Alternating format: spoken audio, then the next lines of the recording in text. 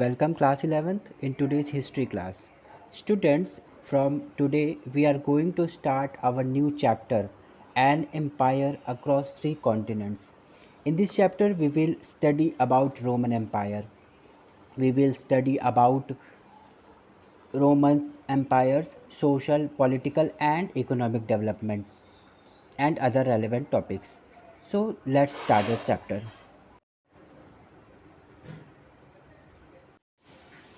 Students, the Roman Empire covered a vast stretch of territories. Roman empire एक बहुत ही विशाल empire था उस time का, या हम ये कह दें कि अब तक का जो सबसे बड़ा साम्राज्य, एक बहुत बड़ा एम्पायर रहा है हिस्ट्री में, वो है Roman empire. In this chapter, we will discuss about the way this empire was organized, किस तरह से ये एम्पायर ऑर्गेनाइज्ड था, यहाँ पर कौन कौन से पॉलिटिकल फोर्सेस थे जिन्होंने मिलकर रोमन पॉलिटिक्स को शेप दिया. डिफरेंट टाइप के सोशल ग्रुप्स के बारे में हम डिस्कस करेंगे कि किन सोशल ग्रुप्स में पीपल्स डिवाइडेड थे उस टाइम पर रोमन एम्पायर के अंदर, कैसे उस टाइम की कल्चर थी, लैंग्वेजेस कौन कौन से थे, है ना, कौन से ऐसे लोग थे जिनको स्ट्रॉन्ग पोजीशन मिली हुई थी और कौन ऐसे लोग थे जिन्हें वीक माना जाता था, है ना. उस टाइम पर women had a stronger legal position then they do in many countries today. आज के प्रेजेंट टाइम में भी बहुत सारी कंट्रीज़ में विमेन को वो राइट्स नहीं हैं जो उस टाइम पर रोमन एम्पायर में दिया गया था. हालांकि उस टाइम पर कुछ बैड ट्रीट्स भी हो रहे थे, जैसे स्लैव लेबर्स होते थे और साथ ही साथ denied freedom to substantial number of persons. इस तरह के कुछ दूसरे बैड ट्रेड्स भी उस टाइम पर हुआ करते थे. लेकिन अगर हम वीमेन की कंडीशन की बात करते हैं तो at that time women's position was better than today. आज के टाइम से भी बहुत अच्छा रहा है वीमेन का पोजीशन रोमन एम्पायर के अंदर. ठीक है. The caliphate, which you will read about in the next chapter, built on this prosperity and inherited its urban and religious tradition. बहुत रिच ट्रेडिशन रहा है रोमन एम्पायर का, बहुत ही ज़्यादा डाइवर्सिटी रही है रोमन एम्पायर में, जो बाद में जो हम हमारे नेक्स्ट चैप्टर में भी पढ़ेंगे, जहाँ से कैलिफेट मुस्लिम रूलर्स आ जाते हैं. देन इन इसी रिलीजियस ट्रेडिशन को, इसी कल्चर को वो कंटिन्यू करते हैं, है ना. तो उसको हम हमारे नेक्स्ट चैप्टर में पढ़ेंगे. क्लियर. तो अब पहले ये डिस्कस करते हैं कि हमें रोमन एम्पायर के बारे में पता कैसे चलता है. Roman historians have a rich collection of sources to go on which we can broadly divide into three groups. हम रोमन के एम्पायर के बारे में पता करते हैं. Basically three sources, three main sources हैं हमारे पास, that are text, documents and material remains. Textual sources include histories of the period written by contemporaries. उस टाइम पर बहुत सारे जो लोग थे, ठीक है, वो बहुत सारी चीज़ें, बहुत सारे रिकॉर्ड्स तैयार किया करते थे एनुअली, वार्षिक रूप से, जिसे एनल्स कहा जाता था. ये टेक्स्ट के अंदर इंक्लूड होते हैं. एनल्स को पर ईयर के अकॉर्डिंग तैयार किया जाता था. ये रिकॉर्ड्स हर साल तैयार किए जाते थे. इनके अलावा जो टेक्स्ट के अंदर इंक्लूड होते हैं वो हैं letters, speeches, sermons, laws and so on. और भी जो दूसरी चीज़ें थी जो रिटन में मिलती हैं, वो सब कुछ टेक्स्ट के साथ इंक्लूड होती हैं, जो बहुत ही ज़्यादा इंपॉर्टेंट सोर्स है हमारे लिए रोमन एम्पायर को जानने में. सेकंड, जब हम डॉक्यूमेंट्स की बात करते हैं, देन डॉक्यूमेंट्स में कौन कौन सी चीज़ें इंक्लूड होती हैं. डॉक्यूमेंट्स में एडमिनिस्ट्रेटिव रिकॉर्ड्स जो रोमन किंग के द्वारा, रोमन रूलर्स के द्वारा जो दिए जाते थे, जैसे वो इंस्क्रिप्शंस और पपायरी के फॉर्म में दिए जाते थे. इंस्क्रिप्शंस हम लोगों ने पहले भी प्रीवियस क्लासेस में भी पढ़ा हुआ है कि इंस्क्रिप्शंस एक हार्ड सरफेस पर कुटाई करके, एनग्रेव्ड करके लिखा जाता था, क्योंकि उस टाइम पर तो आज के तरह पेपर का इन्वेंशन नहीं हुआ था, है ना. तो वो इंस्क्रिप्शंस पर, पिलर्स पर, स्टोन्स पर, पीस ऑफ रॉक्स पर लिखे जाते थे. ये डॉक्यूमेंट्री के अंदर इंक्लूड होते हैं. डॉक्यूमेंट्स हैं जो गवर्नमेंट के द्वारा, यानी रूलर किंग के द्वारा लिखा जाता था. ठीक है. उस टाइम पर इंस्क्रिप्शंस लिखे गए थे टू लैंग्वेजेस में, ग्रीक और लैटिन लैंग्वेज में. तो हमारे पास जो भी रोमन एम्पायर से रिलेटेड इंस्क्रिप्शंस अवेलेबल हैं वो ग्रीक और लैटिन लैंग्वेज में है. ये हमें हमेशा याद रखना है. किंग के बताए हुए जो इंस्ट्रक्शंस होते थे या जो भी किंग के कुछ भी रूल और लॉज होते थे, उनको इंस्क्रिप्शंस और पपायरी के थ्रू लोगों के पास तक पहुंचाया जाता था, एक रिटन डॉक्यूमेंट के फॉर्म में रखा जाता था। पपायरी क्या होता है? Papyri, the papyrus was a reed like plant that grew along the banks of Nile in Egypt. Papyri एक पपायरस ट्री होता है जिसकी पत्तियों पर, जिसके पत्तों पर लिखा जाता था, और उसे रोल करके, स्क्रॉल करके, जैसे हम चार्ट पेपर को रखते हैं उस तरह से स्क्रॉल करके उसको रखा जाता था, प्रिजर्व करके, सुरक्षित करके रखा जाता था। ठीक है, तो याद रखेंगे कि डॉक्यूमेंट्स में inscriptions and papyrus Scrolls include होते हैं, जिनमें इंस्क्रिप्शंस रिटन डॉक्यूमेंट्स होते हैं या रिटन एविडेंसेस होते हैं जो कि हार्ड सरफेस पर लिखे जाते हैं, और पपायरी हमारे पपायरस ट्री के लीव्स पर लिखे जाने वाले डॉक्यूमेंट्स होते हैं। हमारे पास थाउजेंड्स ऑफ पपायरस मिले हैं रोमन एम्पायर से रिलेटेड, जिनको हमारे यहाँ के स्कॉलर्स रीड करते हैं, समझते हैं कि उनमें क्या चीज़ें लिखी गई हैं। वो सारे स्कॉलर्स जो हमारे पपायरस को रीड करते हैं उन्हें पपायरोलॉजिस्ट कहा जाता है। ठीक है, तो दो टाइप के हमारे सोर्सेस हो गए। नेक्स्ट आता है थर्ड टाइप ऑफ सोर्सेज, वो है मटेरियल रिमेन। मटेरियल रिमेन में वो सारी चीज़ें जो हमें एक्सकावेशन करके, डिगिंग करके, ठीक है, खुदाई करके हमें रोमन से रिलेटेड मिली है, रोमन एम्पायर से रिलेटेड जो भी एविडेंसेस मिले हैं, आर्कोलॉजिकल एविडेंसेस मिले हैं, उन्हें हम मटेरियल रिमेन्स में इंक्लूड करते हैं। For example buildings, monuments and other kind of structures, pottery, coins, mosaics, even entire landscape. कई बारी क्या हुआ है कि कुछ ऐसे फ़ोटोग्राफ्स भी मिले हैं जिन जो एरियल फ़ोटोग्राफ्स हैं। एरियल फ़ोटोग्राफ्स क्या होते हैं? जैसे अगर हम किसी सिटी की पिक्चर ऊपर जाकर, आसमान में जाकर लेते हैं, है ना, तो कुछ इस तरह के फ़ोटोग्राफीज़ भी मिले हैं। इसका मतलब कि उस टाइम पर फ़ोटोग्राफी भी बहुत अच्छे से की जाती थी, पेंटिंग्स भी होती थी, और साथ ही साथ हम पूरे सिटी का एक लुक भी देख पाते हैं इस तरह के एरियल फ़ोटोग्राफ के थ्रू। ठीक है, तो कौन कौन से सोर्सेज हैं हमारे पास रोमन एम्पायर को जानने के लिए? First is text, second document, and third is material remains. Clear? Roman empire के टाइम पर ही, उसी ड्यूरेशन के समय, एक और एम्पायर थी जो बहुत ज़्यादा फ्लॉरिश हो चुकी थी, बहुत ज़्यादा डेवलप्ड हो चुकी थी, या हम कहते हैं कि रोमन एम्पायर जैसी ही पावरफुल एम्पायर था। वो एम्पायर था ईरान। तो उस टाइम पर रोम और ईरान, ये दो मेन एम्पायर्स थे, मेन पावरफुल एम्पायर्स थे वर्ल्ड के। Clear? In the period between the birth of Christ and the early part of the 17th century, ये दोनों ही एम्पायर्स रूल कर रहे थे, और रोमन और ईरानियंस दोनों ही एक दूसरे के राइवल्स थे, एनिमीज़ थे, दुश्मन थे, जो फॉट, मतलब हमेशा लड़ाई करते रहते थे, फाइटिंग चलती रहती थी, वॉर चलता रहता था दोनों के बीच में, ताकि वो अपने टेरिटरीज़ को और एक्सपैंड कर सकें। ठीक है, दोनों ही के जो रीजन्स थे, या दोनों का ही जो एम्पायर था, जो क्षेत्र था, वो सेपरेट होता था एक बहुत ही नैरो स्ट्रिप के साथ। एक लैंड का नैरो स्ट्रिप था जो कि अलोंग द रिवर यूफ्रेट था।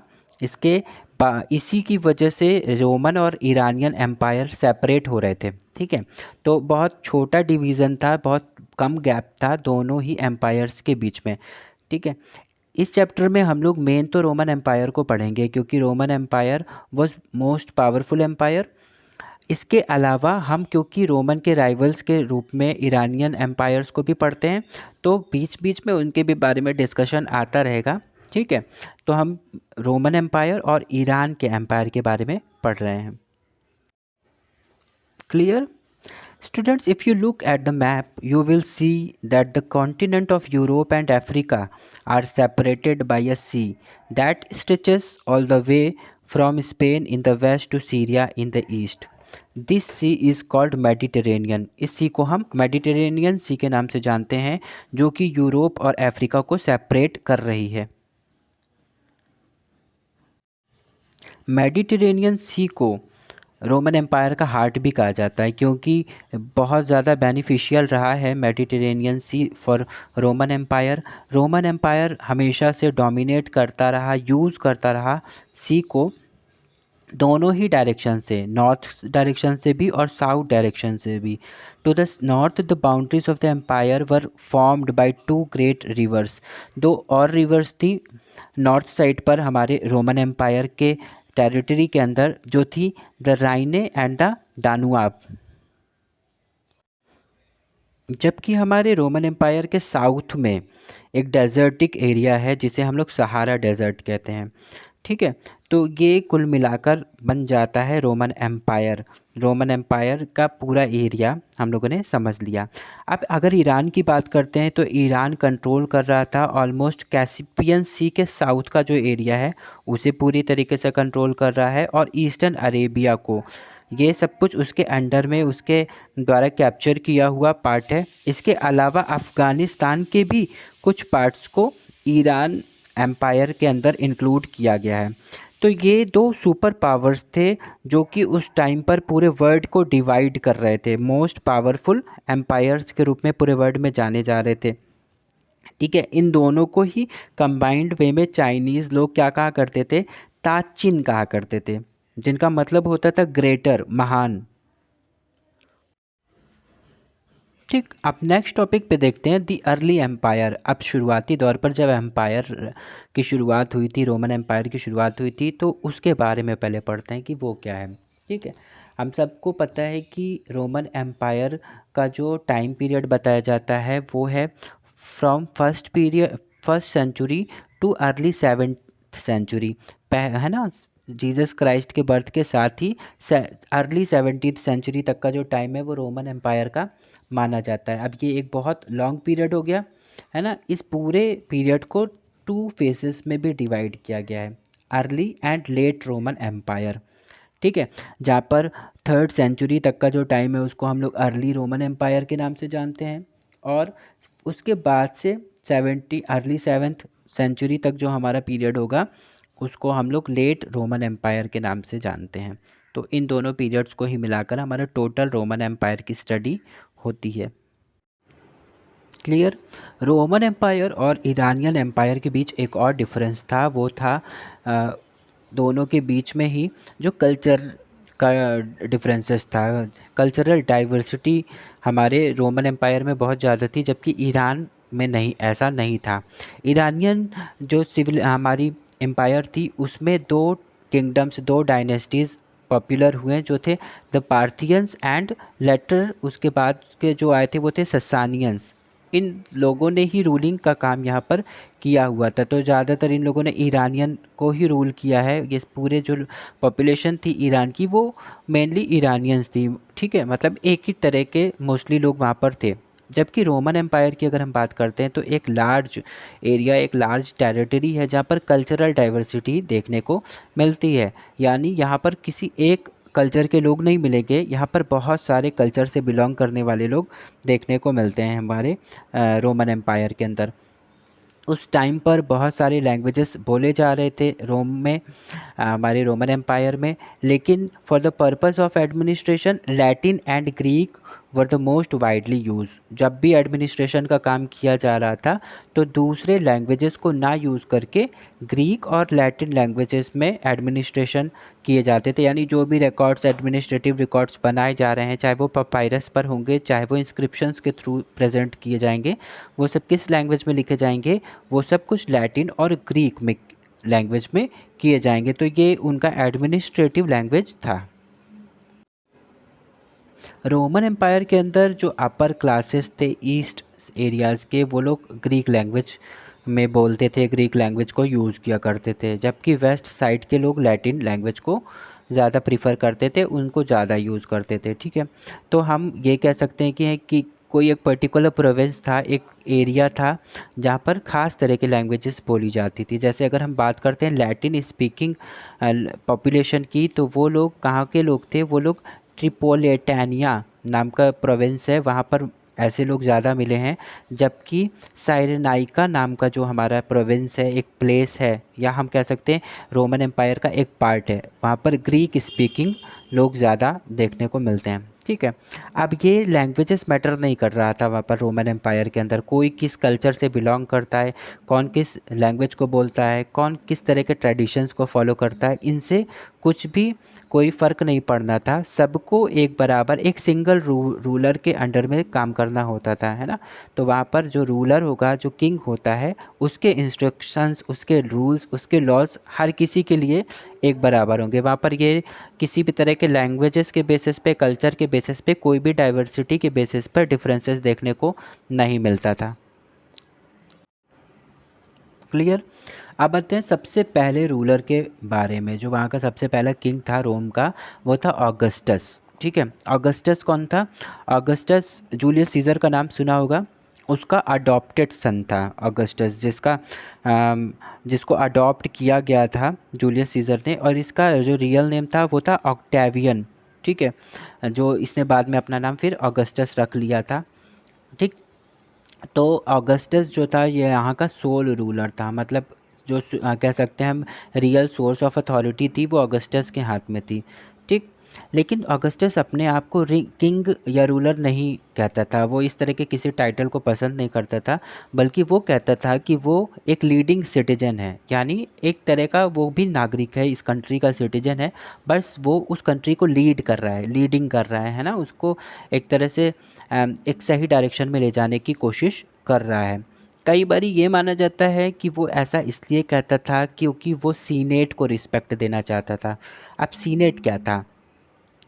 जब ऑगस्टस का रूल नहीं था, यानी जब वहाँ पर ये इस तरह का डायनेस्टी सिस्टम नहीं था, उससे पहले तक रोम क्या था? एक रिपब्लिक था। वहाँ पर इलेक्शंस के थ्रू गवर्नमेंट बनाई जाती थी, फॉर्म की जाती थी। ठीक है, तो सीनेट क्या था? सीनेट जैसे हमारे यहाँ पर हम कह सकते हैं पार्लियामेंट है ना, इलेक्टेड रिप्रेजेंटेटिव्स जो होते हैं हमारे, वो पार्लियामेंट के अंदर होते हैं।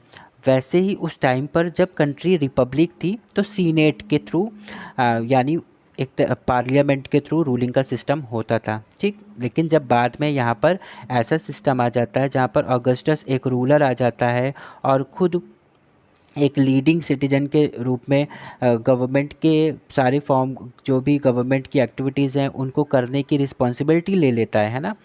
तो यानी हम कह सकते हैं कि है तो वो किंग ही, लेकिन एक तरह से इनडायरेक्ट वे में सारी पावर्स तो उसके ही हाथ में है, लेकिन इनडायरेक्ट वे में वो खुद को एक किंग का टाइटल ना दे के लीडिंग सिटीजन का टाइटल दे रहा है, और काम किन के साथ मिलके कर रहा है?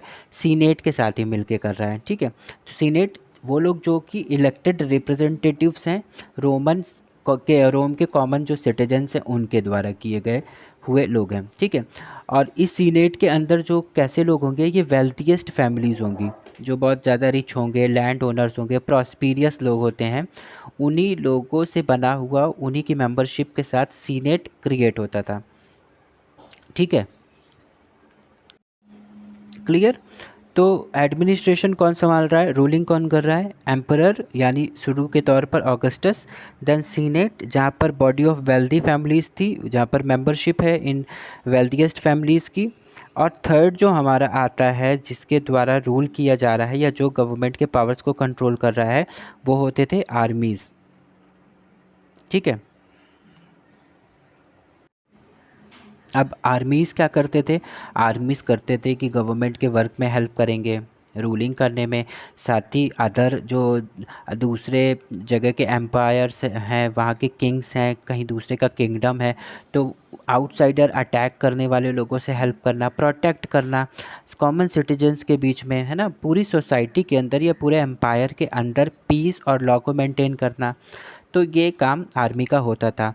तो अगर इन तीनों को ही हम देखते हैं तो तीनों में से कोई भी एक अकेला इतने बड़े एम्पायर को कंट्रोल कर पाना पॉसिबल नहीं था ना। तो तीनों की ही इम्पोर्टेंस के साथ रोमन एम्पायर इतने ब्रॉड लेवल पर रूल कर रहा था और डेवलप कर रहा था। अभी जो हम लोगों ने रोमन सोर्सेस के बारे में पढ़ा था, उसमें हमने पढ़ा कि जो टेक्स्ट लिखे जाते थे, है ना, टेक्स्ट भी एविडेंसेस हैं जिनसे हमें रोमन एम्पायर के बारे में पता चलता है। वो टेक्स्ट ज़्यादातर सीनेट के मेंबर्स लिखते थे, क्योंकि वो रिच मेंबर्स, प्रॉस्पीरियस मेंबर्स हैं और बहुत ही एजुकेटेड लोग होते थे, है ना। तो बहुत सारी चीज़ें जो मालूम पड़ी हैं उनके द्वारा लिखे हुए जो टेक्स्ट थे, उनसे ये पता चलता है कि जो सीनेट के मेंबर्स थे वो आर्मी के लोगों के साथ, जबकि यानी गवर्नमेंट के ही एक पार्ट के साथ नफ़रत करते थे, हेट करते थे, फियर्ड भी थे वो उनके साथ, क्योंकि वो देखते थे कि उन लोगों को, आर्मीज़ को वो देखते थे मोस्ट वायलेटेड लोग के फॉर्म में, है ना। वो उन्हें डर लगा हुआ होता था कि कभी भी ऐसा ना हो कि जो आर्मी है, क्योंकि कोई कम अमाउंट में आर्मी नहीं थी इतने बड़े एम्पायर को संभालने के लिए, तो बहुत बड़ी सेना है, बहुत बड़ी आर्मी है ना। अब अगर कभी किसी बात को लेकर कुछ भी मिसअंडरस्टैंडिंग हो जाती है बिटवीन सीनेट एंड आर्मी और एम्पायर, किसी के बीच में भी, जो हमारे एम्परर किंग, उनके बीच में भी अगर इस तरह से हो जाती है, तो क्या हो सकता था कि आर्मी हो सकती है उनको, उनके ऊपर अटैक कर दे, वायलेशन फैला दे और उनको ख़त्म भी कर सकती थी, है ना। तो कहीं ना कहीं इन चीज़ों का डर लगा रहता था, इसलिए सीनेट के मेंबर्स हेट और फियर के साथ आर्मीज़ को देखते थे।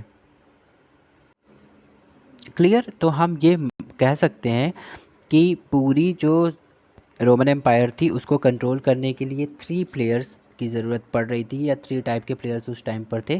फर्स्ट एम्परर यानी किंग, सेकंड एरिस्टोक्रेसी यानी सीनेट के मेंबर्स, एंड थर्ड आर्मी। ये 3 ही मिलकर पूरी पॉलिटिकल हिस्ट्री, जो भी पॉलिटिकल हिस्ट्री तैयार हुई है रोमन एम्पायर की, उस इन तीनों ने ही मिलकर सब कुछ क्रिएट किया हुआ है। और अगर हम किसी एक इंडिविजुअल की इंपॉर्टेंस की बात करते हैं तो ऐसा नहीं था, तीनों ही एक दूसरे के साथ डिपेंडेंट थे और साथ में मिलकर काम करते थे। ठीक है। कई बार ऐसे भी एग्जांपल्स देखने को मिले हैं जहाँ पर आर्मी यानी हमारा जो थर्ड प्लेयर है वो डिवाइड हो जाता है, और जब भी कभी भी ये डिवाइड हुआ है तो उस समय सिविल वॉर की कंडीशन आ गई है। सिविल वॉर क्या होता है? सिविल वॉर होता है जहाँ पर लोग, एक ही कंट्री के सिटीजन्स आपस में ही लड़ना शुरू कर देते हैं, है ना। तो उसी कंट्री के अंदर, रोम के अंदर ही डिफरेंट कल्चरल डाइवर्सिटीज़ के बेसिस पर या ऑक्यूपेशनल बेसिस पर बहुत सारे जो भी डिफरेंसेस थे उनके बेसिस पे कई बार सिविल वॉर्स भी देखने को मिले हैं। ठीक है। शुरू की जो 2 सेंचुरीज़ रही हैं वो बहुत ही पीसफुल रही हैं ऑगस्टस के बाद से, लेकिन उसके बाद से कई कई बार सिविल वॉर्स की कंडीशन भी आई है, और कई बार कुछ ना कुछ केओस देखने को मिला है रोमन एम्पायर के अंदर। ठीक है। अब उस टाइम पर जो वो सक्सेशन की बात आती है, किंग के बाद जो बनने वाला किंग होगा वो कौन होगा, यानी कौन किंग का थ्रोन सक्सेशन करेगा। ठीक है। तो इसके लिए क्या वहाँ पर रूल था उस समय पर? यही था कि किंग का बेटा ही किंग बनेगा, है ना। चाहे तो वो अडॉप्टिव सन होगा, है ना, नेचुरल सन भी हो सकता है, अडॉप्टिव सन भी हो सकता है, दोनों ही तरीके से जो भी किंग का सन होगा वो ही नेक्स्ट किंग बनना होगा उसी को। ये चीज़ें पहले से ही वहाँ पर तय थी।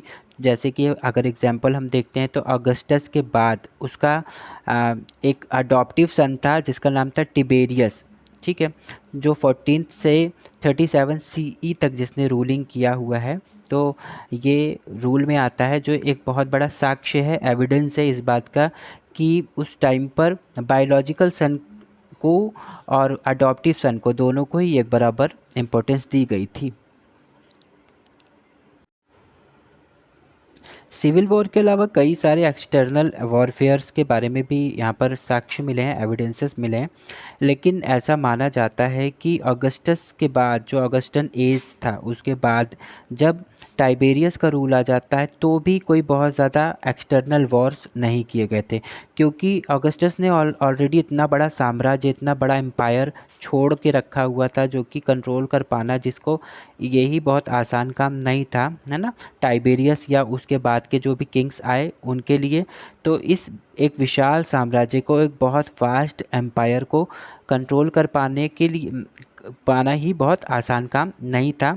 और इसी चीज़ में क्या करते हैं कि इसके बाद जो टाइबेरियस आता है, टाइबेरियस के एज को भी हम ऑगस्टन एज के नाम से ही जानते हैं। क्यों? क्योंकि उस टाइम पर भी टाइबेरियस ने बहुत ज़्यादा कुछ अचीव नहीं किया। जो सारी अचीवमेंट्स ऑगस्टस के थे उन्हीं चीज़ों को उसने क्या किया, कंटिन्यू किया, उन्हीं को वैसे ही बना के रखा, मतलब ना तो कुछ खोया और ना बहुत ज़्यादा कुछ अचीव किया। एक मिलिट्री एक्सपेंशन की बात यहाँ पर बस आती है, जो राजन्स फ्रूटलेस ऑक्यूपेशन, एक टेरिटरी थी यूफ्रेट के अक्रॉस, है ना, जिसको इसने क्या, टाइबेरियस ने कैप्चर करने की कोशिश की थी, और यही एक एक्सटर्नल वॉरफेयर के रूप में जाना जाता है टाइबेरियस के एज का। Clear.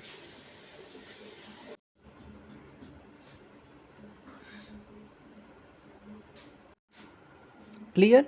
So, students, today we have discussed about some introduction of Roman Empire. आज हम लोगों ने रोमन एम्पायर के बारे में एक स्मॉल इंट्रोडक्शन देख लिया.